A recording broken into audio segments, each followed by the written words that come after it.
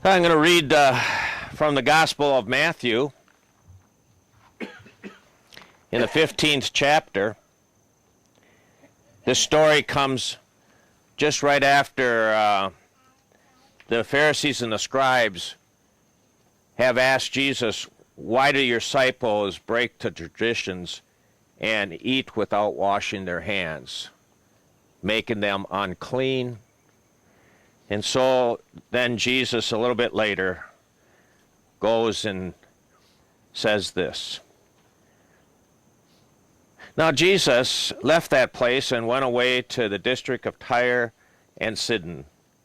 Just then a Canaanite woman from the region came out and shouted, "Have mercy on me, Lord, Son of David. My daughter is tormented by a demon." But Jesus did not answer her at all. And his disciples came and urged Jesus, saying, "Send her away, for she keeps shouting after us." Jesus answered, "I was sent only to the lost sheep of the house of Israel." But she came back and kept yelling and knelt before Jesus, saying, "Lord, help me." Jesus answered, "It is not fair to take the children's food and throw it to the dogs." And she said, "Yes, Lord, yet even the dogs eat the crumbs that fall from the master's table."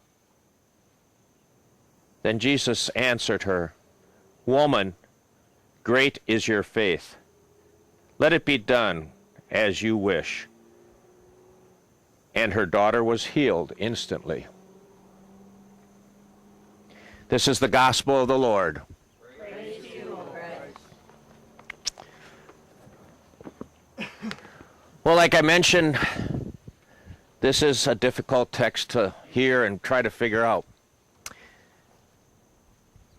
Have you ever heard this saying, or everything's going to the dogs? Do you ever wonder what that really means?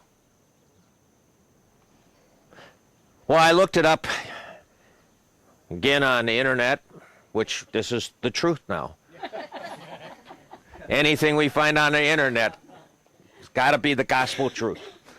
Well, the internet in the free dictionary on idioms of like this, going to the dogs, really depicts a life that for somebody that is going down, kind of downhill, things that aren't going well. Their purpose in life doesn't seem to be fulfilling, and this also applies to organizations, and we might even say as an organization to churches. I think we might agree that as we look in our churches today and look at the attendance, we would probably say things are going to the dogs.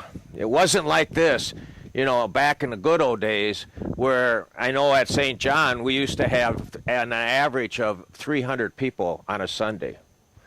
And then if you're looking at our offerings, they are good, but they just don't seem to be increasing. And so some people might say we're not successful, or things are kind of going downhill. And even in conversations that I've had with other colleagues, we often wonder, where is it going? Where's the church going? Is everything going to the dogs?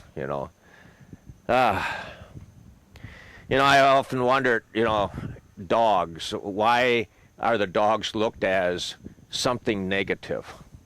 Going to the dogs as like the dogs are bad. And I thought, isn't it interesting? I've never seen or pictured or thought of a dog being in a negative vein, like if everything was going to the pigs, that would have been a different scenario, because in the Jewish time, pigs were not really an animal that was really seen as something as good. So dogs, how many of us perhaps had a dog or have a dog? And dogs they're not just dogs. They become companions. And so I don't see dogs as being, a negative. But in this reading, it's like, dogs are being looked as down. And so I'm wondering why PETA doesn't come and just get on the case, because it puts dogs in the bad light, and they should be shouting, "Let's stand up for the dogs," and that. Going to the dogs. Well, as I said, this text is tough, because when I look at it and read it through, I seem to always ask this difficult question: what's up with Jesus? It's not typical of what we think of who Jesus is. A woman from, a Canaanite woman comes and is shouting and crying out and asking the Lord to have mercy, for the Lord to come and heal her daughter from the demons. And in all the other stories, some people don't even have to say a word, and Jesus has compassion on them, looks, with compassion, and heals people, feeds people. But this woman, what's up? What's up with her? And in Jesus, so unlike Jesus, you would have thought a simple request like that would have been at least worthy of a response. But he didn't say a thing. He didn't say one thing to this woman. He just kind of looked, and probably looked as like indignant. What do you want of me? I'm not supposed to even talk to you. You're one of them. And then, did you see what the disciples did? Just like they did in the feeding of the 5,000. They thought, well, Jesus isn't listening. And so she goes and starts kind of asking those disciples, just as anyone would. Maybe they could get to Jesus and that. And so the disciples, what do? She's just one of them. And said, "Hey, Lord, get her away. All she does is keep crying after us, bugging us." And, that's like the disciples are, And so that's why it's so hard. I can't figure out why Matthew would even have put this in his writings. It's just so unlike what God is in our image. So there must be something more that we can learn from this story. And that's what I went on for this week. There's got to be something in there, that's worthy and that we can learn from. And so what I did is I started looking at it, and all of a sudden it started coming to me. And I looked at the woman who was crying out for mercy, asking for help. And I can just see her, kind of taken back by the lack of response. I mean, a simple, "I'm sorry, I can't help you right now." But he didn't even acknowledge her.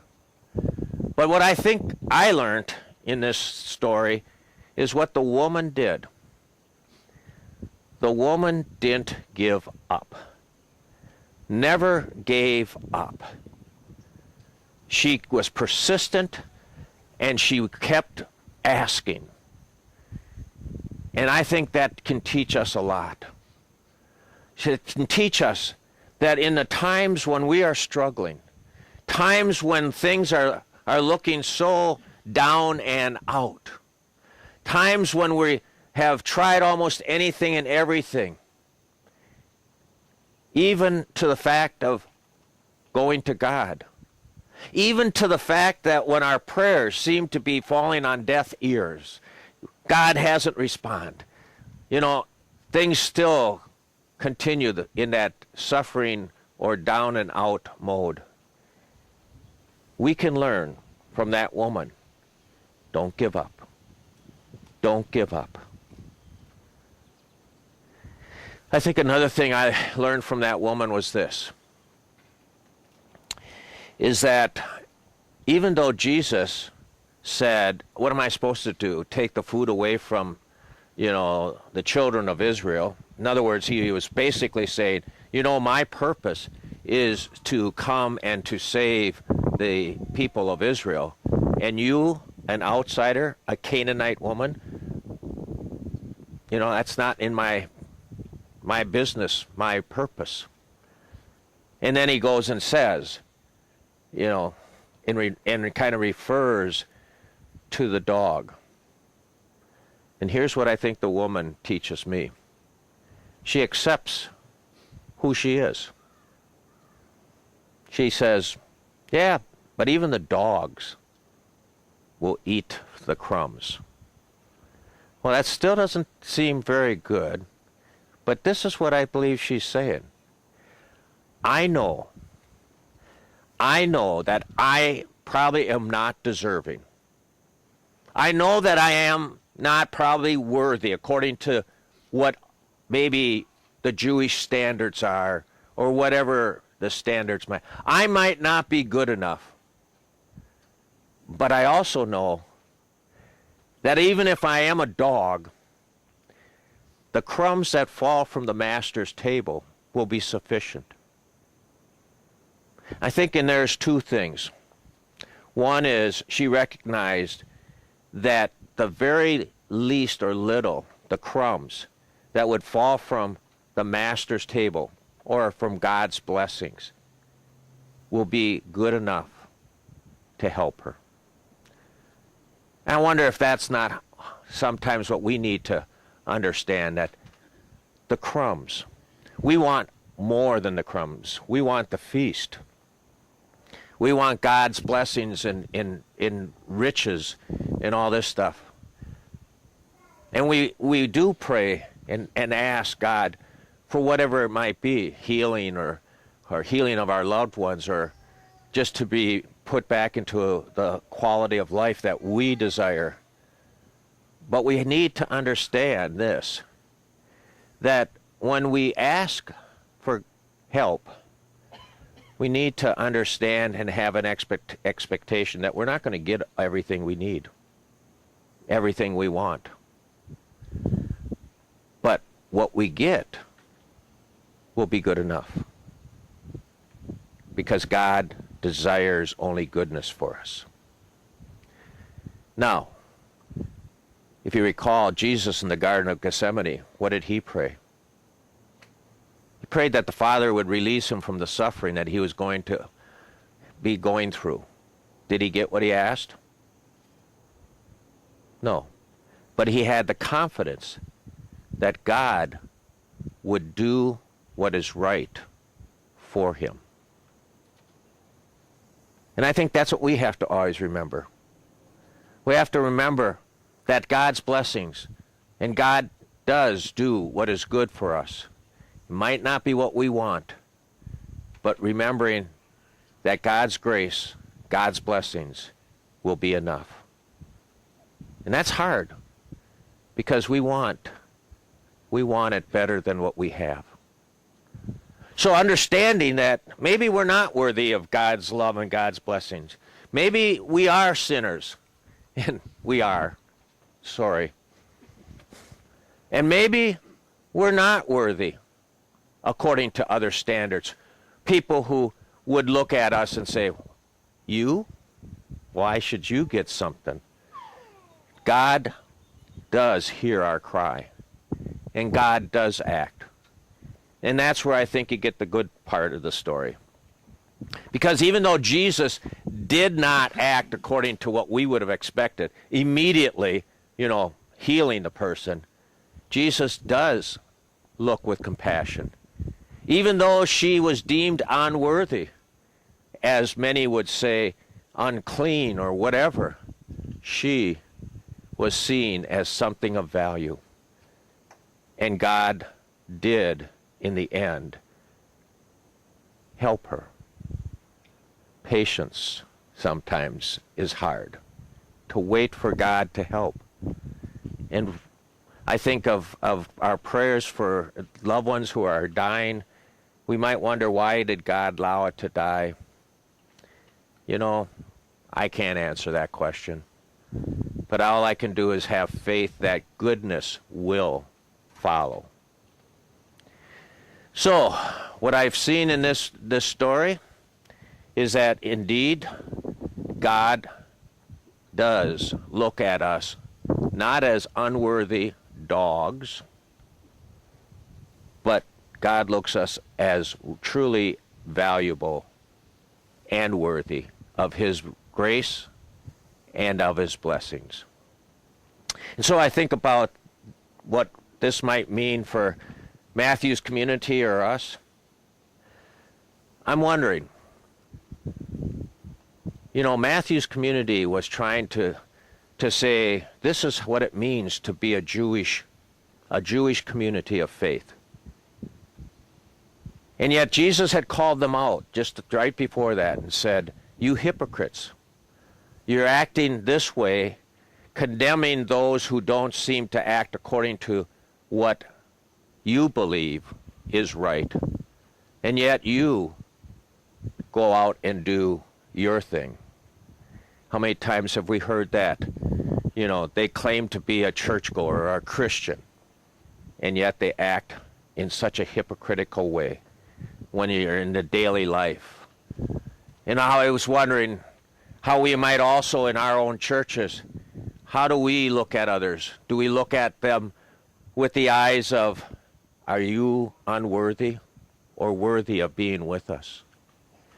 I think of in our whole life, I'm wondering how many foreigners, or let's call them illegal aliens. No, not aliens. Those are space people. Immigrants. Aliens. Well, yeah, we wouldn't accept them either.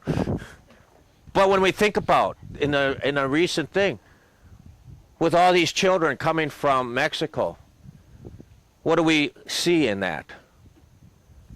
We look at that do we say, we see a need, we need to help them, or do we say, go back home? It's hard for me to believe that we also want to claim to be a Christian community or a country and not taking care of the needs. Or how about in churches? Churches who are struggling with the issue of homosexuality. Do we see these people that come into the community of faith, and do we look down at them, casting them out, saying, you're gay, you're lesbian, you don't deserve to be here, you don't deserve to live a good life? I guess when we look at that, sometimes we maybe would act like Jesus did and look with a sense of non-compassion or the indignant look. You're not like us. You need to be outside. Just remember, God looks at us, each and every one, as worthy. Worthy of being our God, worthy of our blessings, worthy of helping us. He might look at us as being dogs, but thanks be to God that God is a dog lover.